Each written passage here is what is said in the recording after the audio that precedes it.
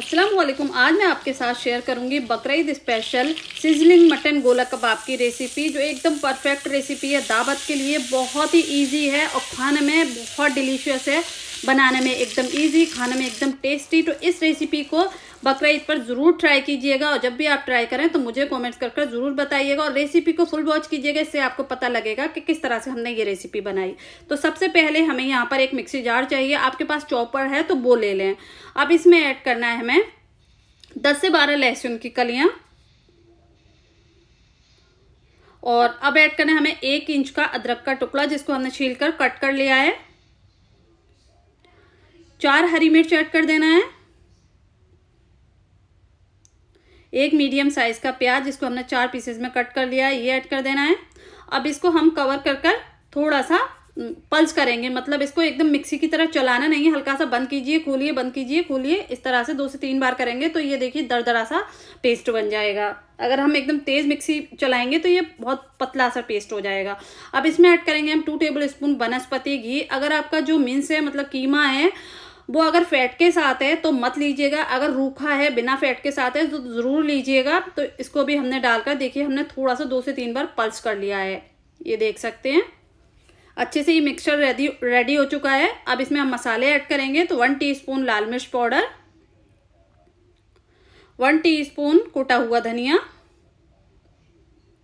1 teaspoon गरम मसाला powder,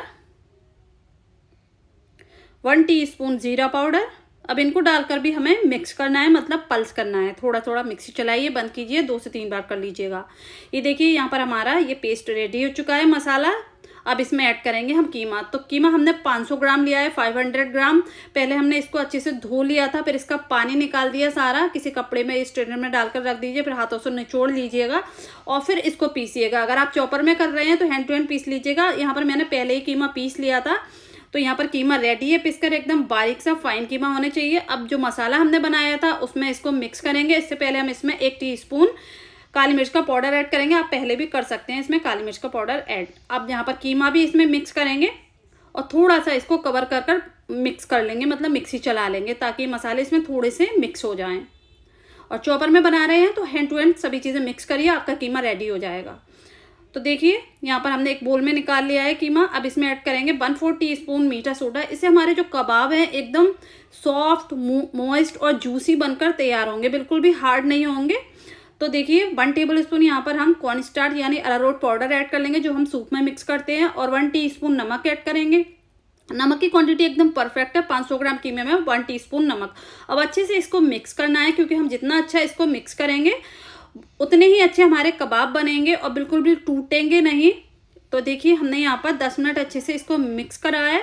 अब देखिए अब यहाँ पर हम कबाब बनाएंगे। आप इस कीमे को रख भी सकते हैं रेफ्रिजरेटर में, जब भी आपका मन करे तो आप इसको बना सकते हैं। तो हमने यहाँ इस तरह के देखिए सीख ले ली है, और अगर सीख ना हो तो आप पेंसिल ले सकते हैं। तो पेंसिल तो हमारे घरों में रहती हैं, तो हम इस तरह से पेंसिल में भी बना सकते हैं, क्योंकि जो लोहे की सीखें होती हैं घर में नहीं होती, तो पेंसिल होती है। तो हम इस तरह से पेंसिल पर देखिए हमने एक गोला कबाब बनाकर रेडी कर लिया है। तो इसी तरह हम सभी कबाब बनाकर रेडी कर लेंगे।